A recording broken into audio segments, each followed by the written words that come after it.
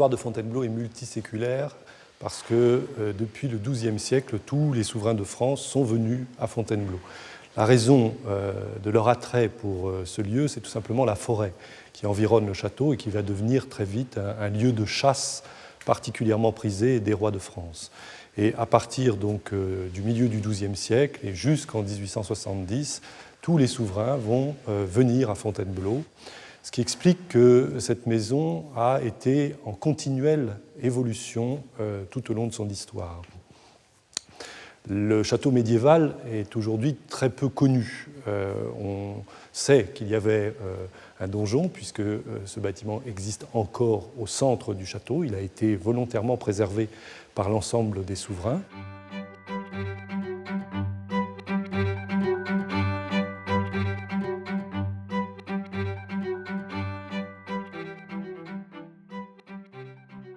Cette résidence médiévale a été occupée par les grands souverains du Moyen-Âge, le plus célèbre étant Saint-Louis, qui s'était installé au premier étage du donjon, et c'est pourquoi ses successeurs ont souhaité peut-être conserver ce lieu, car il était emblématique de la pérennité du pouvoir.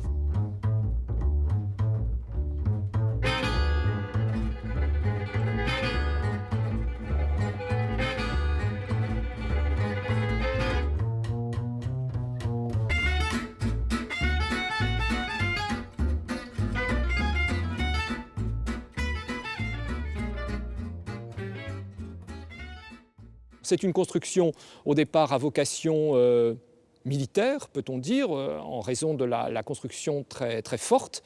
Autour de ce donjon devaient se développer des bâtiments qui se refermaient donc autour de la cour où nous sommes, qui portait anciennement le nom de cour ovale, donc qui était une cour véritablement fermée sur elle-même, avec des murs de courtines à l'extérieur dotés de tourelles de défense, donc un système défensif sans doute assez rudimentaire, mais tout de même assez efficace. Et à proximité de ce château, qui était circonscrit à la cour ovale, Saint-Louis va installer, au milieu du XIIIe siècle, une communauté de religieux de l'ordre de la Sainte Trinité, donc une communauté de religieux trinitaires, qu'on appelle aussi quelquefois les Mathurins. Et ces religieux vont être installés sur une parcelle de terrain qui est aujourd'hui à l'emplacement de la cour du Cheval Blanc, donc à quelques centaines de mètres du château lui-même. L'installation de cette communauté religieuse dans des bâtiments qui devaient être des bâtiments, ce qu'on appellerait aujourd'hui de style gothique, des bâtiments du milieu du XIIIe siècle, va avoir une importance fondamentale dans le développement plus tardif du château, puisque à partir du milieu du XIIIe siècle, on a deux pôles, le pôle château, le pôle monastère.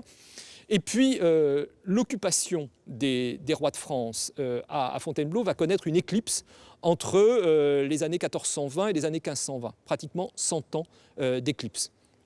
Le début du XVe siècle était une période très, très noire, effectivement, pour le royaume, avec la folie de Charles VI, avec un gouvernement anglais qui est en train de se mettre en place, et le dauphin, le futur Charles VII, va fuir Paris et va s'installer dans le centre de la France. On lui donnera le sobriquet de roi de Bourges. Et c'est à partir de ce moment-là que, finalement, la cour de France va s'installer ou dans le centre de la France ou dans le Val-de-Loire.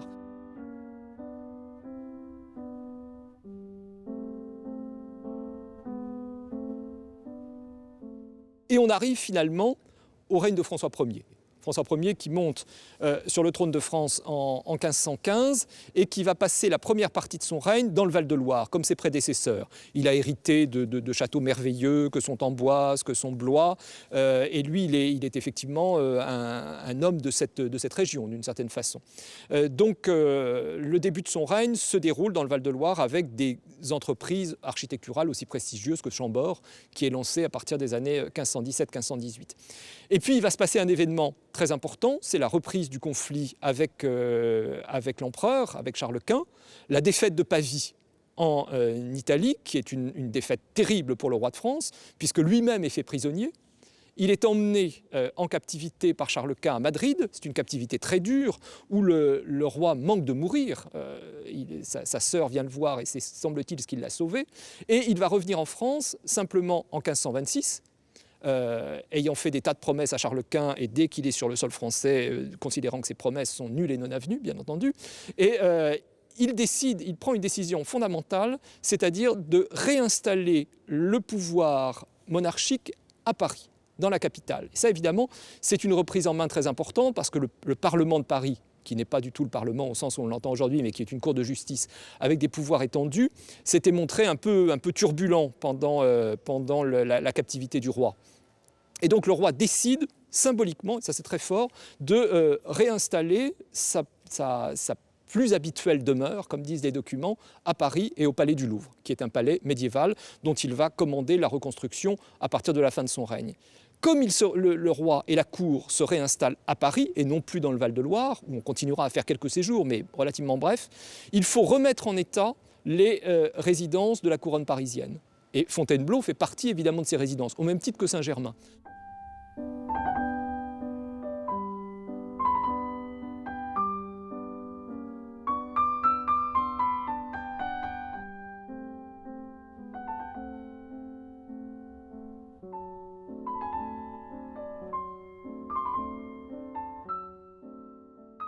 Le roi trouve à Fontainebleau des bâtiments qui sont, comme nous disent les documents, en masure, c'est-à-dire en ruine et inhabitables. Le seul pôle qui est encore habitable dans cet ensemble de Fontainebleau, c'est le monastère. Donc que fait François Ier? Il décide de le faire réparer, agrandir et de s'y installer provisoirement pour les séjours qu'il fait à Fontainebleau pendant le chantier du château.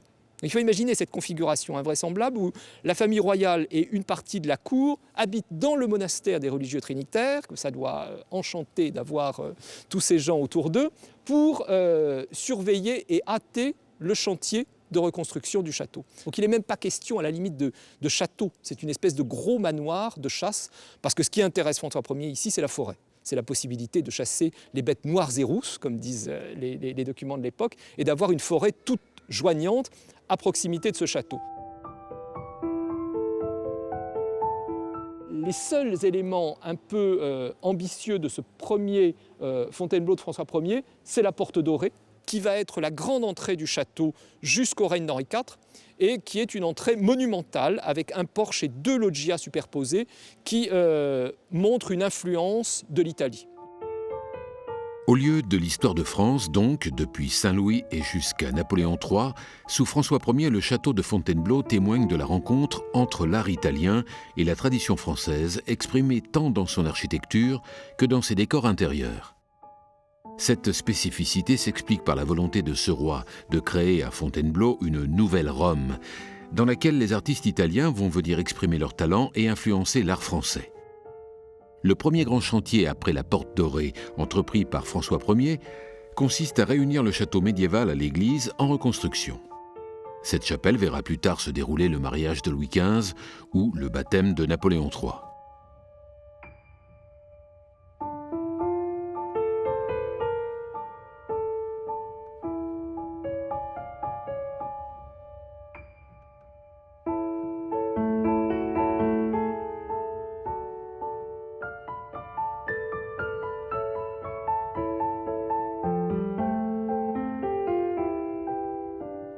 François Ier est très pieux, mais afin de sortir à couvert tous les matins pour aller à la messe, du château à la chapelle, il décide de faire construire une galerie, la Grande Galerie François Ier. Mesurant environ 60 mètres de long pour 6 de large, elle constituait autrefois un pont couvert jouissant d'ouvertures des 2 côtés.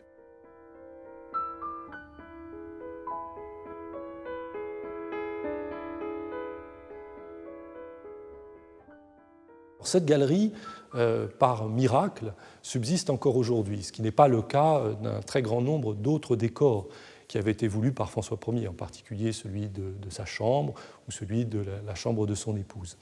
C'est l'une des toutes premières galeries dans l'histoire de la galerie française, et elle a été réalisée grâce à la collaboration d'un artiste florentin, Rosso, surnommé donc le Roux en raison de la couleur de ses cheveux, et qui, après avoir fait donc une carrière à Florence et à Rome, mais ne pas avoir obtenu la reconnaissance qu'il espérait, va entrer au service du roi de France.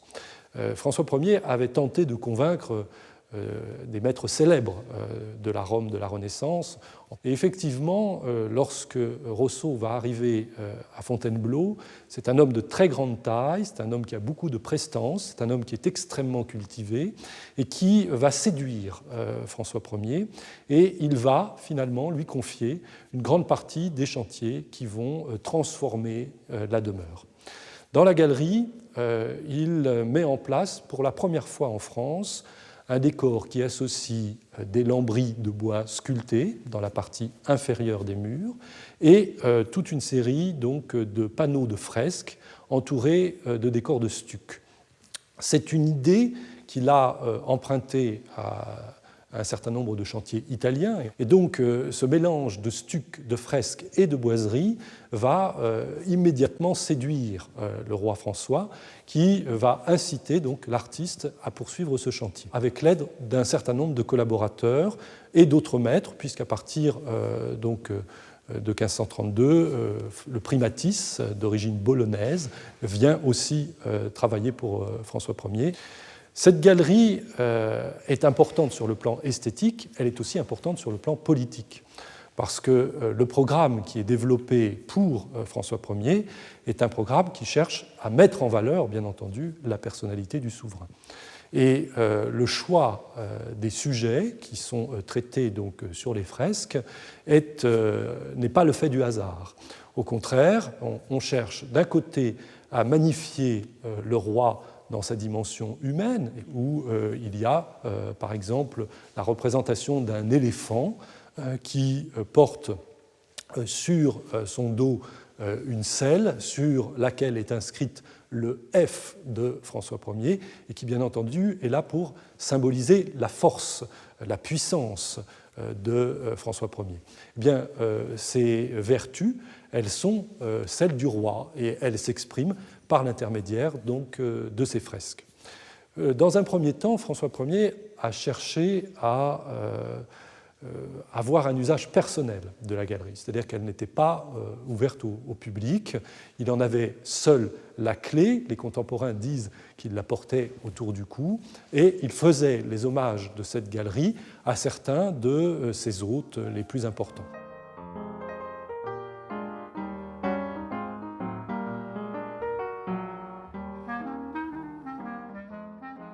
Le décor de Rosso Fiorentino de la galerie François Ier est aujourd'hui pratiquement le seul à avoir été préservé, alors qu'on sait qu'il avait collaboré dans d'autres lieux du château.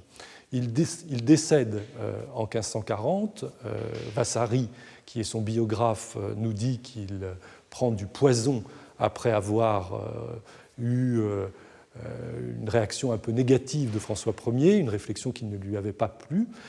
D'autres considèrent qu'il est mort de mort naturelle, mais la disparition de Rosso va laisser la place à un autre grand maître qui est Primatis, et qui, lui, donc était arrivé quelques années après Rosso et avait commencé à travailler pour François Ier.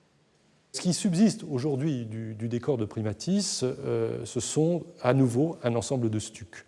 Les plus beaux, les plus importants sont conservés dans la chambre de la duchesse d'Étampes, qui était la maîtresse de François Ier, Anne de Pisseleu, qui s'était installée à la cour et qui, donc, pour sa chambre, a obtenu la réalisation d'un extraordinaire décor de figures féminines en stuc qui présente cette fameuse ligne serpentine qui est caractéristique du maniérisme européen, avec la dimension de la tête répétée plusieurs fois dans le corps, mais d'une manière qui ne correspond pas du tout à la réalité morphologique humaine. On a ce souhait pour allonger la figure, la rendre plus gracile, plus aimable, plus voluptueuse, eh bien, de déformer le corps, et c'est particulièrement perceptible dans le décor de cette chambre.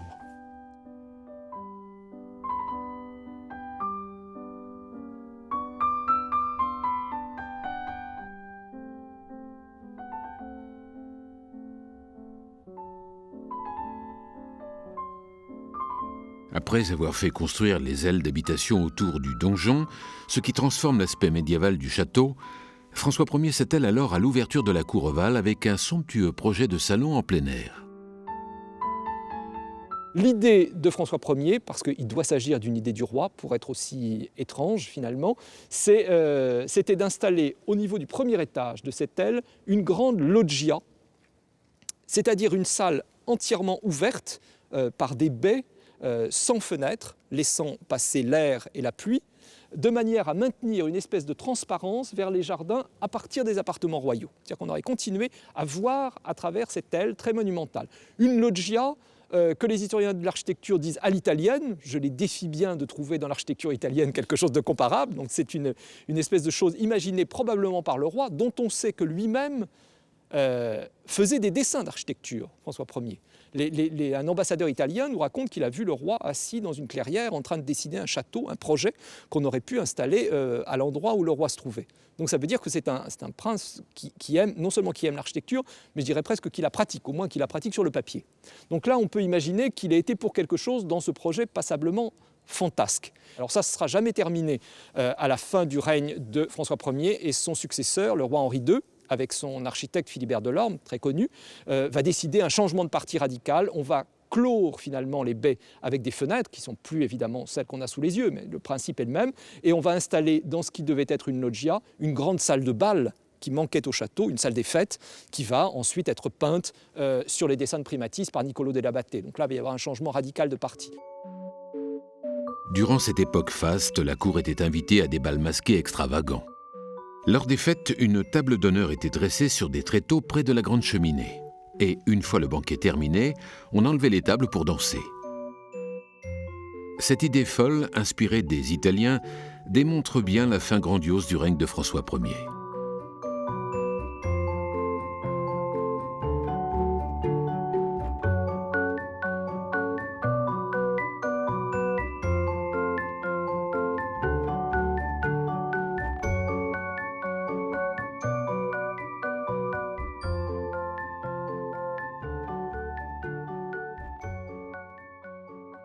C'est ce qui fait probablement aujourd'hui l'intérêt et le charme de Fontainebleau, parce que cette présence médiévale, cette irrégularité maintenue en raison de l'édifice médiéval, eh bien, a entraîné un développement presque anarchique de l'architecture autour de ce noyau initial. Et le grand geste réalisé par François Ier est celui donc d'aménager à l'intérieur de son château des espaces de cour, des espaces de détente, des espaces à vocation politique qui vont être décorés par les plus grands artistes italiens qu'il réussira à convaincre de venir travailler pour lui.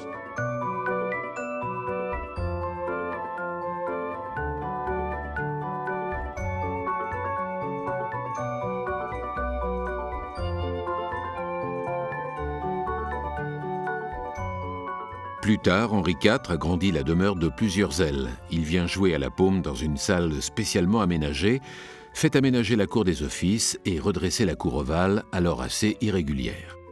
Le palais peut désormais accueillir près de 1000 personnes et pour le faste, Henri IV entreprend la construction de la porte du baptistère.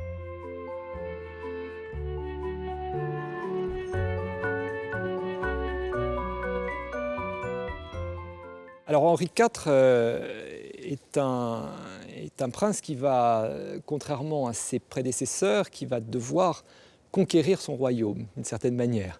Ce qui fait que dans les toutes premières années de son règne, il ne va pas pouvoir s'intéresser à l'architecture de ses résidences. C'est véritablement seulement à partir de ce qu'on a appelé la pacification du royaume des années 1593-1594, qu'il va lancer des chantiers importants, et ça va être un bâtisseur très important, et qu'il va s'intéresser à Fontainebleau à partir de 1593, premier séjour en tant que roi, 1594, début des travaux à Fontainebleau.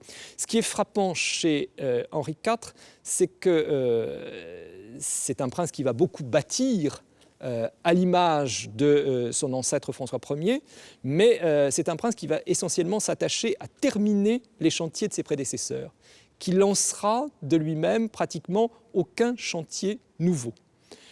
Il y a là une espèce de bonne économie, pourrait-on dire, de gestion de bon père de famille, si on voulait utiliser cette expression. Mais en même temps, il y a la volonté manifestement de s'accrocher à la dynastie précédente, de s'accrocher aux Valois. On dit Henri IV est le premier des Bourbons, on a l'impression que le monde change avec ça. Or, c'est un prince qui a été élevé à la cour des Valois, qui a la même culture que ses cousins Charles IX ou Henri III, d'une certaine façon, même si le tempérament est différent.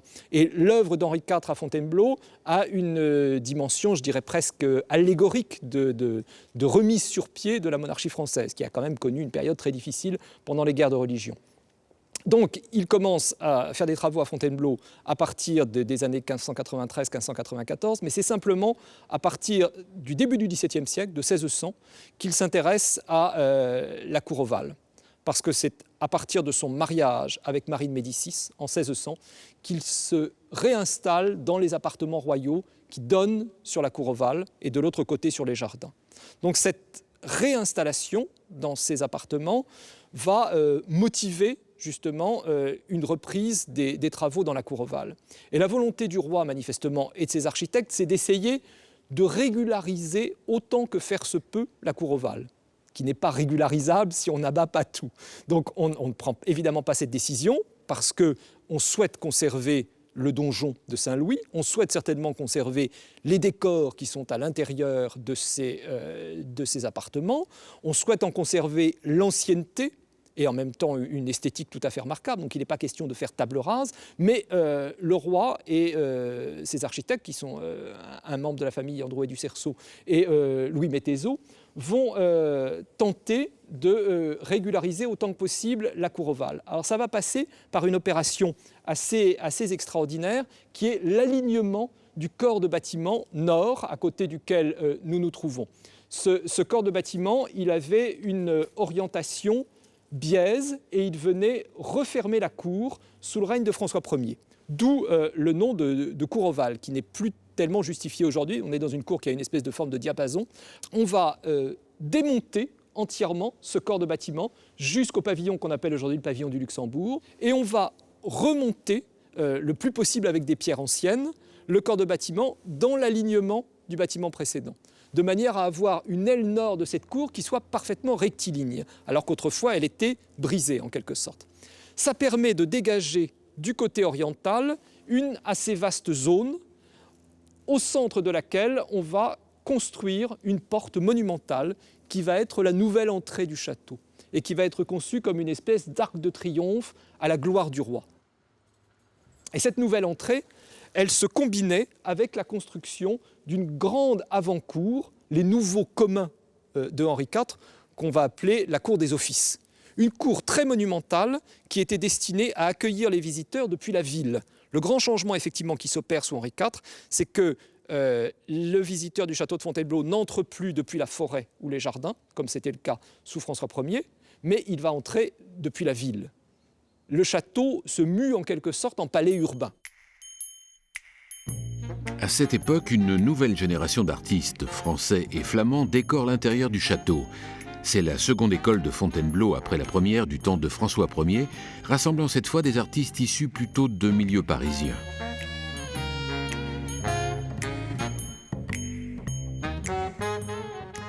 Aujourd'hui, on peut essentiellement admirer le salon Louis XIII, qui est cette pièce où Marie de Médicis, l'épouse d'Henri IV, a donné naissance à Louis XIII, et qui est surplombée par un grand plafond à compartiments, où on retrouve l'omniprésence des enfants, tout simplement pour célébrer la naissance de Louis XIII, donc de ce dauphin tant attendu, au sein de la pièce.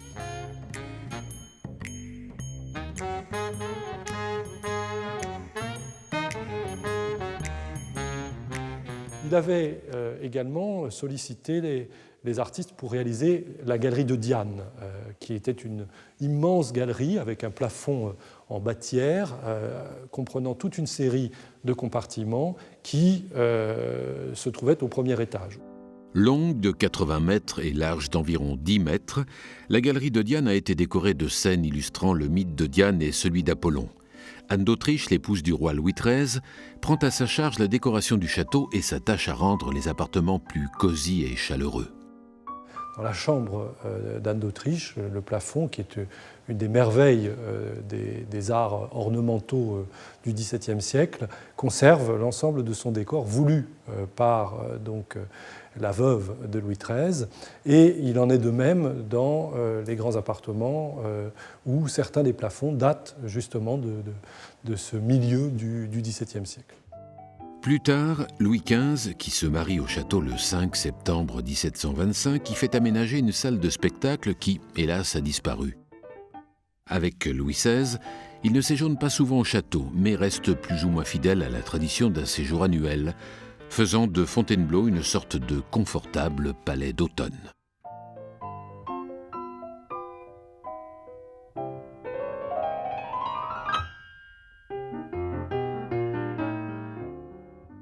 Alors cette volonté de respecter l'antique va marquer profondément tout le règne de Louis XV et celui de son successeur Louis XVI. Et si Louis XVI engage très peu de travaux au début de son règne, à partir du début des années 1780, il va se lancer dans de grands chantiers de réhabilitation, d'agrandissement, de reconstruction et de redécoration des appartements.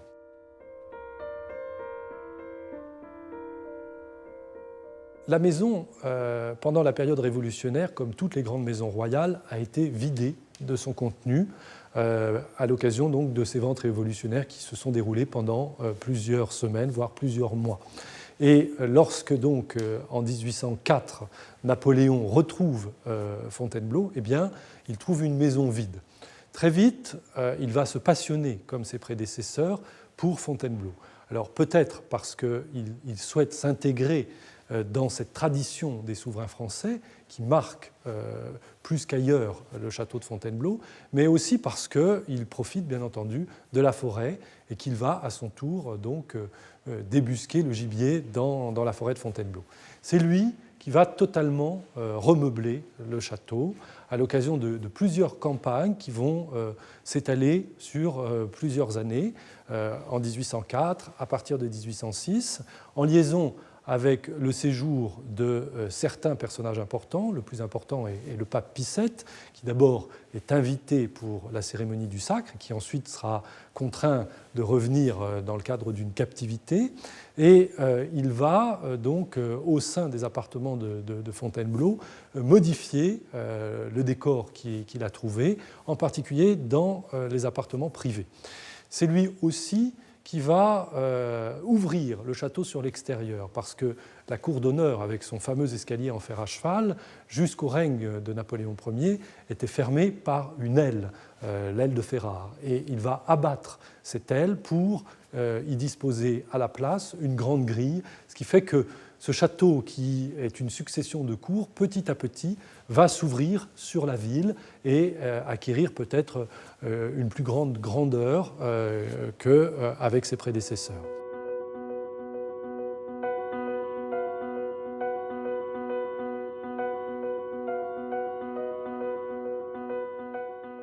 Dans ce qui était, sous l'Ancien Régime, la chambre du roi, Napoléon, à dessein, décide d'installer la salle du trône. Que voit-il? Il voit sculpter l'emblème de Louis XIII, deux caducées du commerce, et puis surtout peut-être cette massue, la massue d'Hercule à destination des coquins. Cette apologie du pouvoir fort ne pouvait que plaire à l'autoritaire premier consul, vite mué en monarque sous le nom de Napoléon Ier. Et là, dans cette salle du trône, on plante tout d'abord un trône exaucé par des marches, un trône où seul le souverain peut s'asseoir, un trône qui est flanqué de cette grande draperie pourpre, couleur impériale, brodée d'abeilles d'or, un trône du haut duquel on voit ces aigles empiétant un foudre, posé sur une couronne de laurier de victoire, enserrant le monogramme du vainqueur. Ici, là où avaient dormi les rois de France, le petit nobliau corse, boursier du roi, aux yeux de tous, aux yeux des La Rochefoucauld notamment, nobles d'Ancien Régime recyclés dans la cour impériale, Napoléon triomphe. L'heure est donc à la gloire des batailles, des traités et des conquêtes, et les heures de l'Ancien Régime conviennent tout à fait au monarque. L'empereur français aimait cette résidence, et il eut une telle présence dans le château qu'un musée ouvert depuis 1986 lui est consacré et occupe près de 15 salles de l'aile Louis XV. Il retrace la vie de l'empereur à travers une série de portraits, dont notamment le Napoléon Ier en costume de sacre, peint par François Gérard et datant de 1805.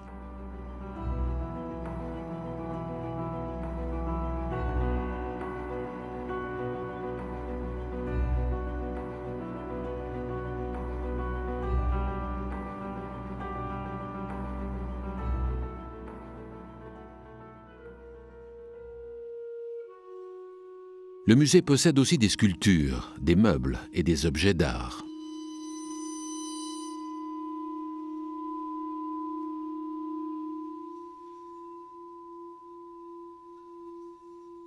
Napoléon Ier fait donc revivre Fontainebleau à partir de 1804. Il le fait meubler en style néoclassique et y tient sa cour car le château est bien sûr un lieu de décision politique. La chambre de Napoléon, elle, a gardé l'essentiel de son décor Louis XVI, cheminée, boiserie ou décor des dessus de porte. Le décor fut enrichi pour l'empereur de victoire, d'abeilles et du chiffre impérial. Meublé dans le style empire avec notamment le lit créé par Jean-Baptiste Rode. Même si 2 soirs par semaine l'empereur fait donner des spectacles d'opéra et de théâtre, au château l'humeur est studieuse.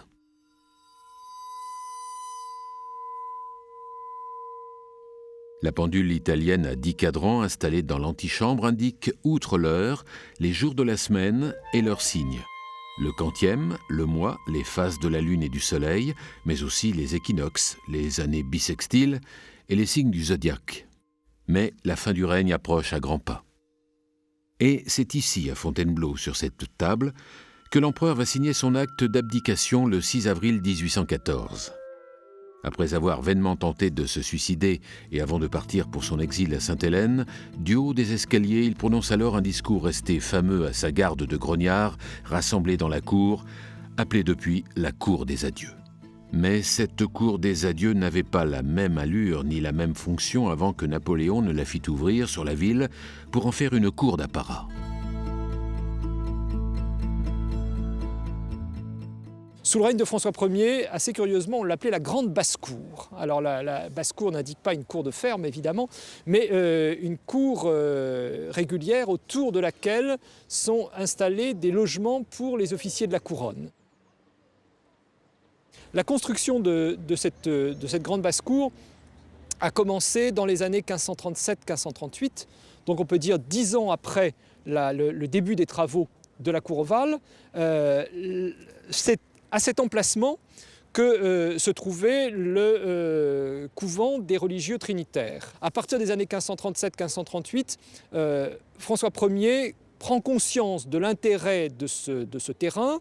Il vient de faire planter le jardin des Pins qui est de l'autre côté de l'aile Louis XV. Et donc toute cette zone de son domaine, d'ailleurs qui n'est pas encore le sien, mais il va vite le reprendre aux religieux, toute cette zone commence à l'intéresser de plus en plus. Et il voit la possibilité de réaliser ici un agrandissement considérable du château et de faire construire une cour régulière alors que la cour ovale est une cour irrégulière. On a abandonné la régularité au profit de la rapidité et de l'économie. Ici, on va pouvoir construire une vaste cour régulière qui va permettre de loger les membres de la cour, mais qui va permettre aussi d'y donner des tournois et des festivités qui perdureront jusqu'au XVIIe siècle.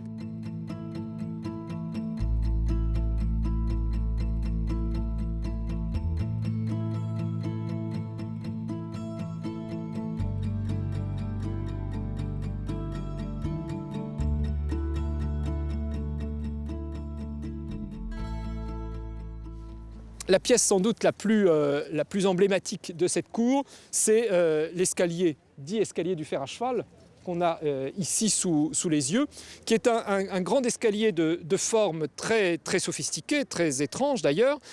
Celui-ci date du règne de Louis XIII, des années 1630, mais il est venu remplacer un premier escalier du fer à cheval qui avait été construit sur les plans de Philibert Delorme, l'architecte d'Henri II. un escalier qui avait été construit en 1558, c'est-à-dire un an avant la mort accidentelle d'Henri II. Pourquoi s'est-on mis à construire un escalier ici, accroché à ce corps de bâtiment, alors qu'on est théoriquement dans une basse-cour?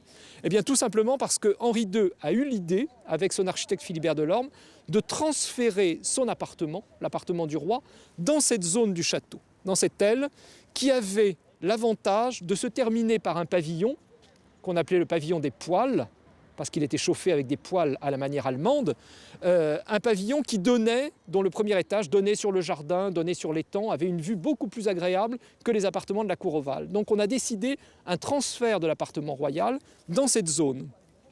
Henri II ne s'y installera jamais parce qu'il est mort accidentellement en 1559, l'appartement n'était pas terminé.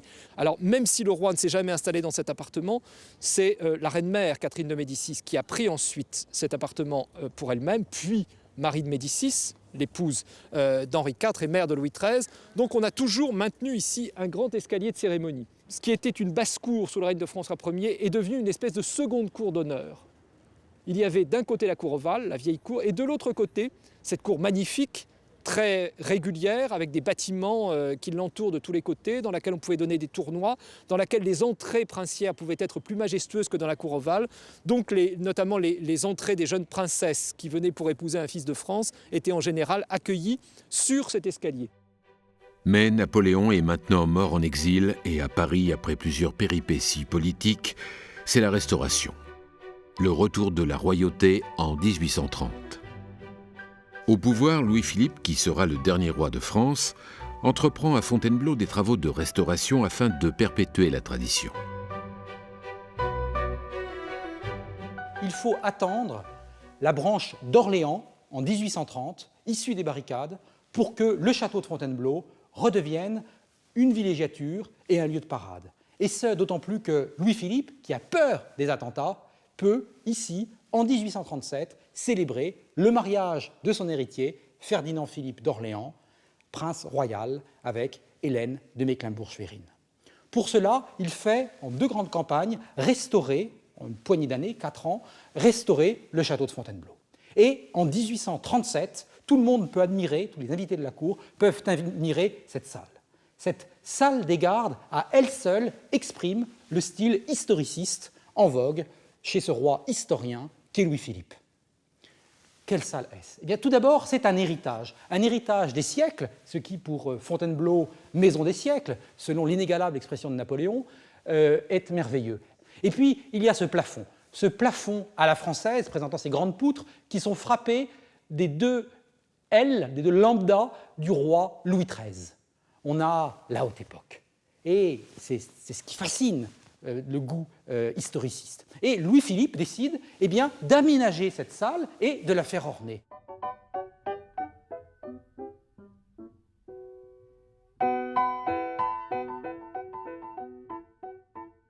Louis-Philippe, cherchant dans les tréfonds du château, trouve démontés des éléments d'une cheminée célèbre. C'est la belle cheminée construite par Henri IV. Quelle aubaine pour Louis-Philippe!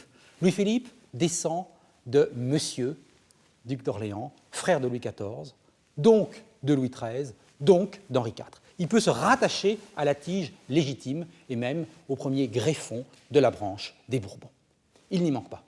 Et là, il fait remonter des éléments de provenance diverses, une partie de manteau de cheminée provenant de la chambre du roi d'Henri II, ces 2 figures provenant de la salle de la belle cheminée qui provoquait l'admiration de l'Europe, ce buste au centre provenant du pavillon de la Volière qui donnait sur le jardin de la Reine, pavillon aujourd'hui détruit, qui sont remontés sur une assise qui, en son centre, porte orgueilleusement le chiffre LP, Louis-Philippe Ier, roi des Français, par la grâce des barricades, et qui, ici à Fontainebleau, nous dit Madame de Breuil, peut, à l'abri des attentats, camper au roi.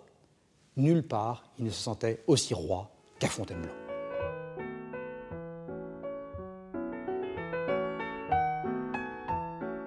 Louis-Philippe fait décorer d'un vase emblématique cette salle des gardes qui marie la Renaissance et la néo-Renaissance. Et sur des dessins d'Aimé Chenavard est exécutée à la manufacture royale de Sèvres cet extraordinaire vase, extraordinaire par son ampleur, par la richesse des couleurs, par la subtilité des nuances et par l'enrichissement des pierres. Sur une face, la Renaissance italienne d'importation. Léonard peignant Mona Lisa en présence de François Ier.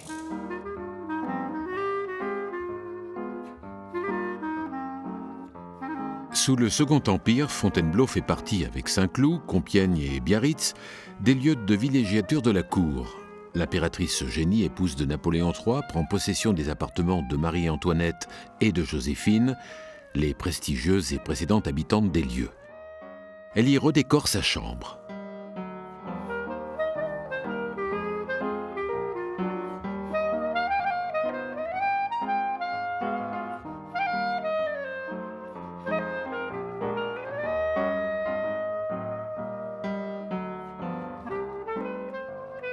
Mais la mode est maintenant aux colonies et l'art oriental se propage en Occident.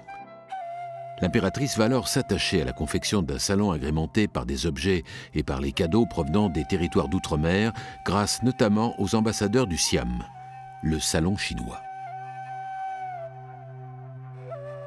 Le musée chinois a été surtout constitué grâce au butin de l'expédition franco-anglaise contre la Chine en 1860, notamment après la mise à sac du palais d'été de l'empereur de Chine.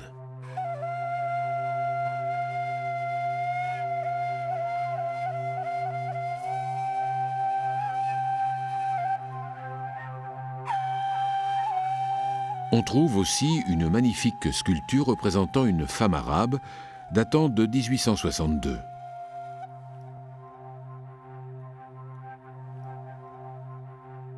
Fontainebleau ne serait pas un château sans son vaste parc de 115 hectares composé de différents espaces.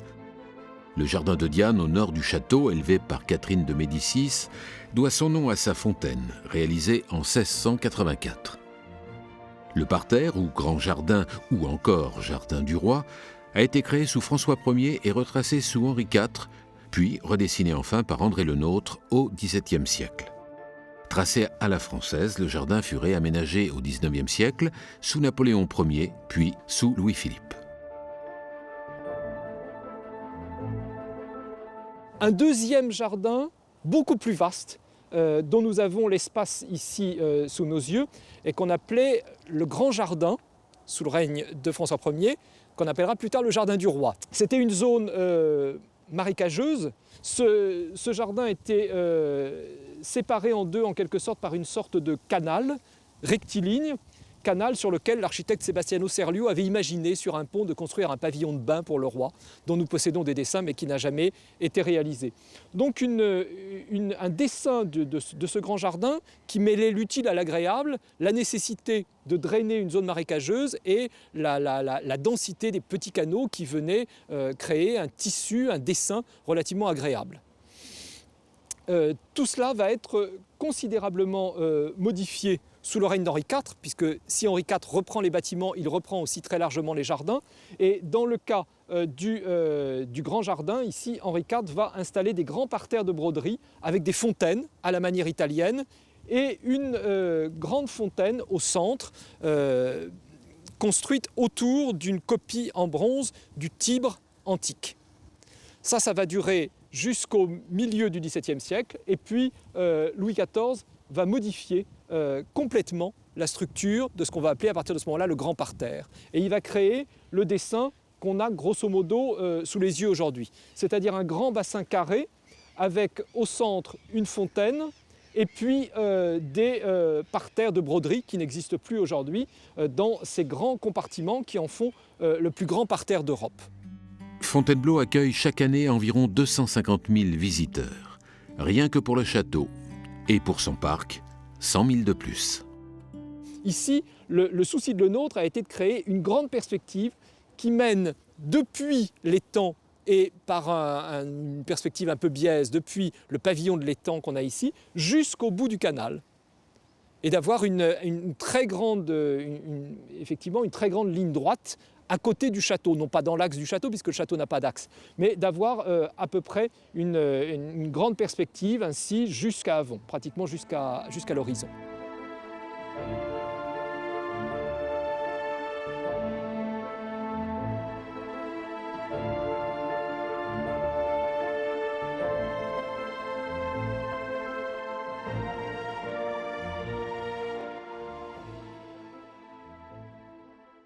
Alors, comme tous les grands domaines nationaux, royaux,